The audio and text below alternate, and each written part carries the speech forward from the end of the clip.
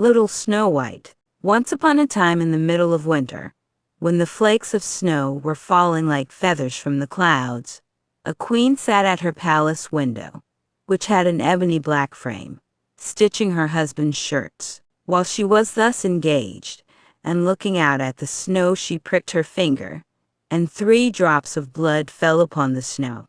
Now the red looked so well upon the white, that she thought to herself, "Oh, that I had a child as white as this snow, as red as this blood, and as black as the wood of this frame." Soon afterwards a little daughter came to her, who was as white as snow, and with cheeks as red as blood, and with hair as black as ebony. And from this she was named Snow White. And at the same time her mother died. About a year afterwards the king married another wife, who was very beautiful, but so proud and haughty that she could not bear anyone to be better looking than herself. She owned a wonderful mirror, and when she stepped before it and said, "Mirror, mirror on the wall, who is the fairest of us all?" it replied, "The queen is the fairest of the day." Then she was pleased, for she knew that the mirror spoke truly. Little Snow White, however, grew up, and became prettier and prettier, and when she was 7 years old, she was as fair as the noonday, and more beautiful than the queen herself. When the queen now asked her mirror, "Mirror, mirror on the wall, who is the fairest of us all?" it replied, "The queen was fairest yesterday. Snow White is the fairest now, they say."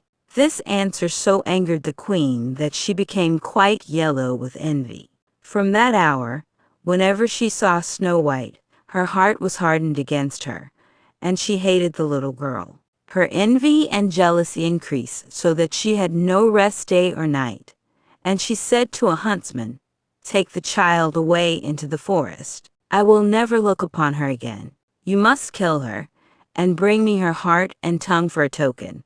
The huntsman listened, and took the maiden away, but when he drew out his knife to kill her, she began to cry, saying, "Ah, dear huntsman, give me my life. I will run into the wild forest, and never come home again." This speech softened the hunter's heart, and her beauty so touched him that he had pity on her, and said, "Well, run away then, poor child." But he thought to himself, "The wild beasts will soon devour you." Still, he felt as if a stone had been lifted from his heart, because her death was not by his hand. Just at that moment a young boar came roaring along to the spot, and as soon as he clapped eyes upon it, the huntsman caught it, and, killing it, took its tongue and heart, and carried them to the queen, for a token of his deed. But now poor little Snow White was left motherless, and alone, and overcome with grief. She was bewildered at the sight of so many trees, and knew not which way to turn.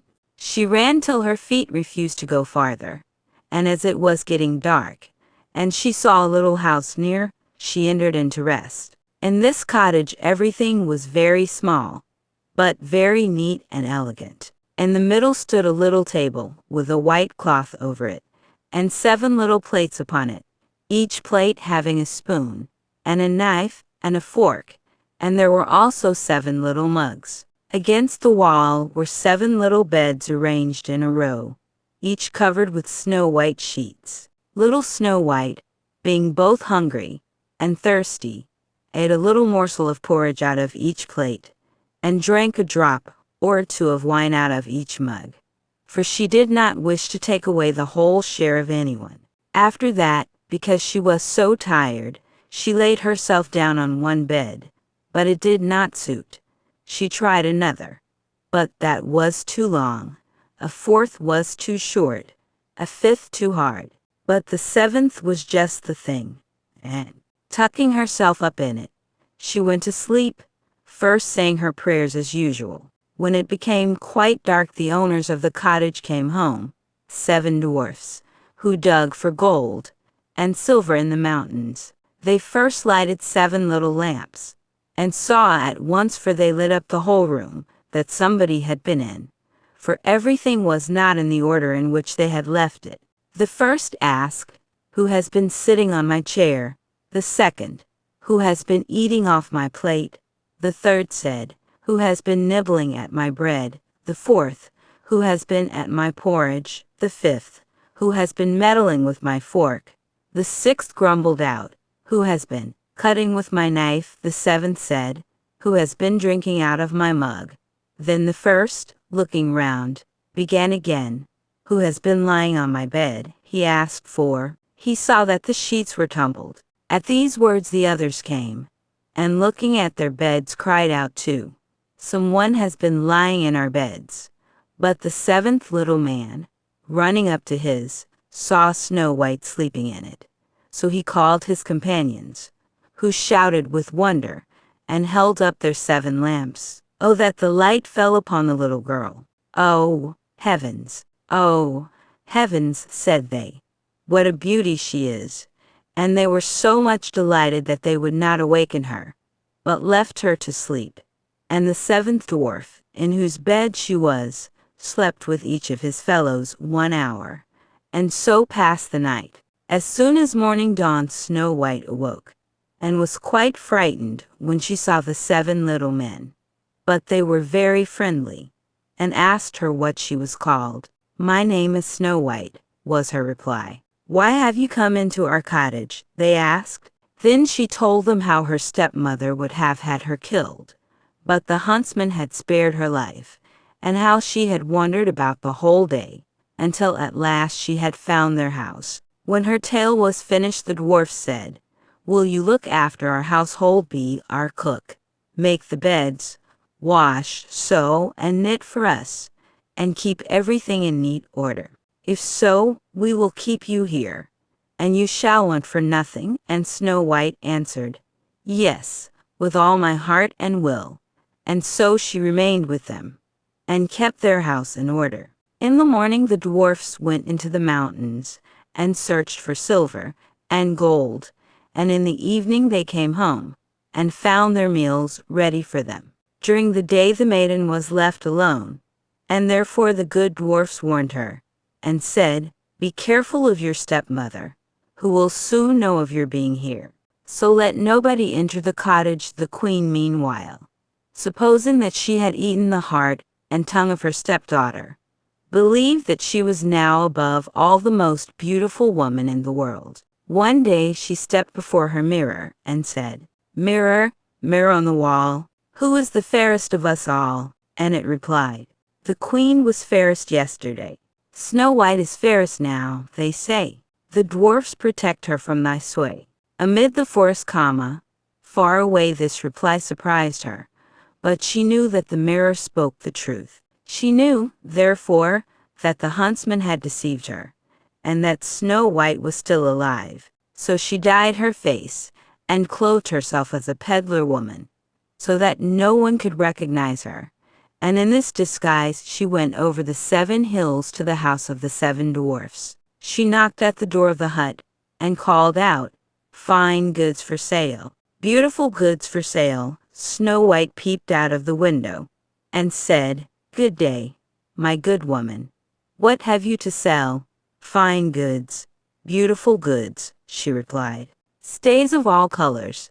And she held up a pair which were made of many-colored silks. "I may let in this honest woman," thought Snow White, and she unbolted the door, and bargained for 1 pair of stays. "You can't think, my dear, how they become you," exclaimed the old woman. "Come, let me lace them up for you." Snow White suspected nothing, and let her do as she wished.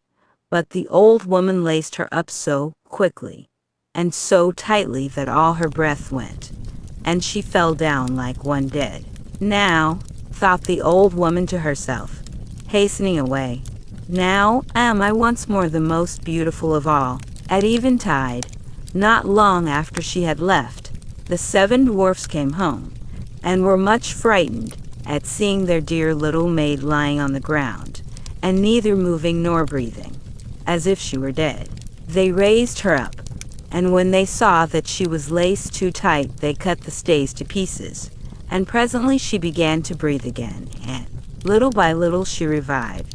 When the dwarfs now heard what had taken place, they said, "The old peddler woman was no other than your wicked stepmother. Take more care of yourself, and let no one enter when we are not with you." Meanwhile, the queen had reached home, and, going before her mirror, she repeated her usual words. "Mirror, mirror on the wall, who is the fairest of us all?" And it replied as before. The queen was fairest yesterday. Snow White is fairest now, they say. The dwarfs protect her from thy sway. Amid the forest far away. As soon as it had finished, all her blood rushed to her heart, for she was so angry to hear that Snow White was yet living. "But now," thought she to herself, "will I make something which shall destroy her completely." Thus saying, she made a poisoned comb by arts which she understood, and then, disguising herself, she took the form of an old widow. She went over the 7 hills to the house of the 7 dwarfs, and, knocking at the door, called out, "Good wares to sell today." Snow White peeped out and said, "You must go farther, for I dare not let you in." "But still you may look," said the old woman, drawing out her poisoned comb, and holding it up. The sight of this pleased the maiden so much, that she allowed herself to be persuaded, and opened the door. As soon as she had bought something, the old woman said, "Now, let me for once comb your hair properly," and Snow White consented.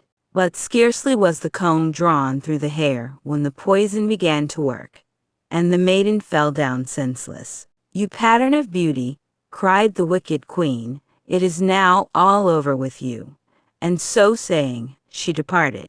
Fortunately, evening soon came, and the 7 dwarfs returned, and as soon as they saw Snow White lying, like dead, upon the ground, they suspected the queen, and discovering the poisoned comb, they immediately drew it out. Then the maiden very soon revived, and told them all that had happened. So again they warned her against the wicked stepmother, and bade her open the door to nobody. Meanwhile the queen, on her arrival home, had again consulted her mirror, and received the same answer as twice before. This made her tremble, and foam with rage and jealousy, and she swore that Snow White should die if it cost her her own life. Thereupon she went into an inner secret chamber where no one could enter, and made an apple of the most deep and subtle poison. Outwardly it looked nice enough, and had rosy cheeks which would make the mouth of everyone who looked at it water, but whoever ate the smallest piece of it would surely die. As soon as the apple was ready, the queen again dyed her face, and clothed herself like a peasant's wife, and then over the 7 mountains, to the house of the 7 dwarfs she made her way. She knocked at the door, and Snow White stretched out her head and said, "I dare not let anyone enter. The 7 dwarfs have forbidden me. That is hard on me," said the old woman, "for I must take back my apples. But there is one which I will give you." "No," answered Snow White, "no, I dare not take it." "What, are you afraid of it?" cried the old woman. "There, see, I will cut the apple in halves.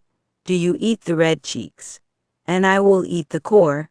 The apple was so artfully made that the red cheeks alone were poisoned. Snow White very much wished for the beautiful apple, and when she saw the woman eating the core she could no longer resist, but, stretching out her hand, took the poisoned part. Scarcely had she placed a piece in her mouth when she fell down dead upon the ground. Then the queen, looking at her with glittering eyes, and laughing bitterly, exclaimed, "White as snow, red as blood, black as ebony." This time the dwarfs could not reawaken you when she reached home, and consulted her mirror.